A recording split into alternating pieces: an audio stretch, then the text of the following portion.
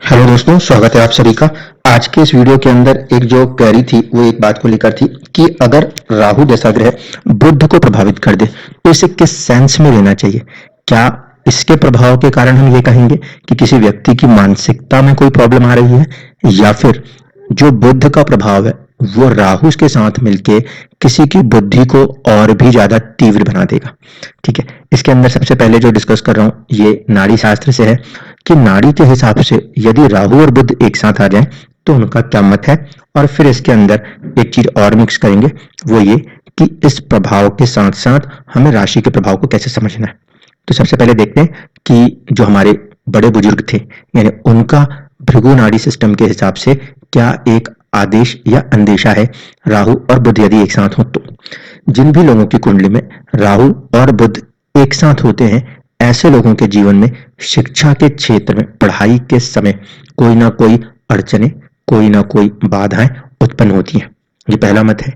दूसरा, ऐसे व्यक्ति के अंदर विदेश से जुड़ी हुई जो भी कला संस्कृतियां हैं और उनकी भाषाएं हैं उनको लेकर हमेशा जीवन के अंदर एक ललकपन सी बनी रहती है, एक इंटरेस्ट बना रहता है।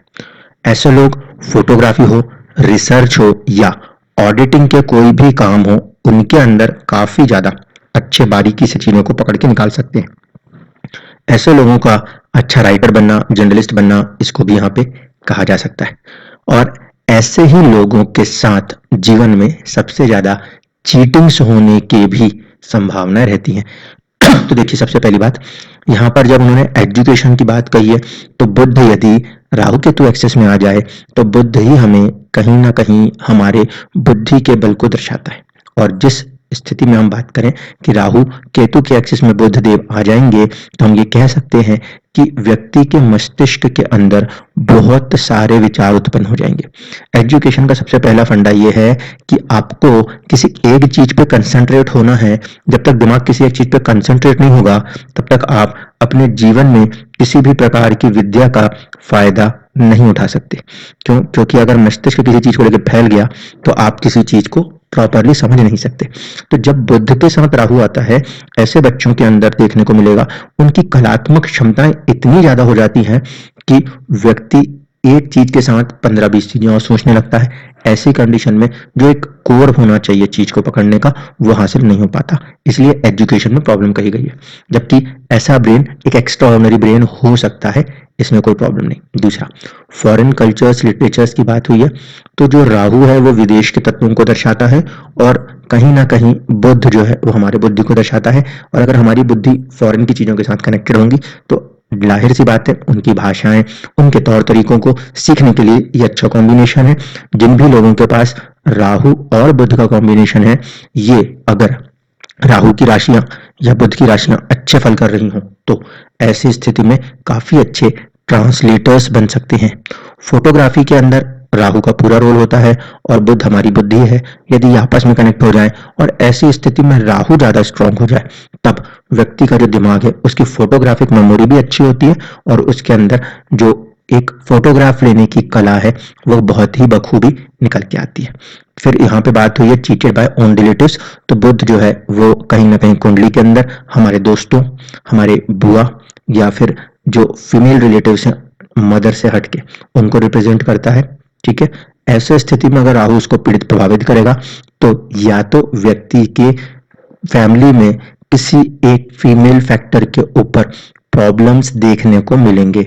वो बुआ भी हो सकते हैं और कुछ जगहों पर देखने को मिलता है कि मदर की फैमिली की तरफ से भी जो उनके रिलेटिव्स हैं, फीमेल रिलेटिव्स यानी कि जिन्हें मौसी कहते हैं, उनकी तरफ भी कभी कभी प्रभाव देखने को मिलता है जिन लोगों की कुंडली में राहु बुध से पीड़ित दिखाई दिया होता है तब। अब क्योंकि राहु के साथ हम कई बार चीटिंग्स को जोड़ देते हैं और बुध के साथ दोस्तों को, तो ऐसे लोगों को संभावना रहती है कि उनके साथ कहीं ना कहीं चीटिंग्स हो सकती हैं। ठीक, बुध राइटिंग का एक कोर प्लैनेट है। ऐसे स्थिति में जब राहु का साथ उसे मिल जाता है यानी कि एक ऐसी असीमित बुद्धि जो कि कुछ भी कल्पना कर सकती है, एक बुद्ध बुद्धि जब राहु के साथ आता है और सीमित बुद्धि बन जाता है, उसकी परिकल्पना बहुत ज्यादा बढ़ जाती है ऐसी चीजों के अंदर। तो ऐसा व्यक्ति काफी ज्यादा साइंस फिक्शन के राइटर्स बन जाया करते हैं। इसके साथ साथ अगर यह प्रभाव गलत राशियों के साथ मिक्स हो जाए, गलत राशियों से अर्थ होगा, मान लीजिए मंगल की राशि के साथ आ गया और पंचम भाव को पकड़ ले, या फिर मंगल की राशि में आ जाए और नवम को पकड़ ले, पंचम और नवम, ठीक है, पंचम से पंचम।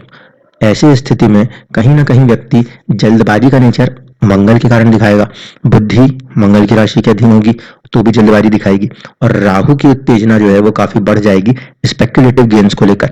क्यों? क्योंकि पंचम में बैठा हुआ राहु सबसे ज्यादा स्पेक्युलेटिव गेन्स को दर्शाता है, और फिर यही स्थिति वो थोड़ा कम करके नौवें भाव में बैठने पर भी दिखाता है। तो ऐसे लोग जो हैं वो कई बार जीवन में जुआ खेलने के लिए आदि हो जाया करते हैं।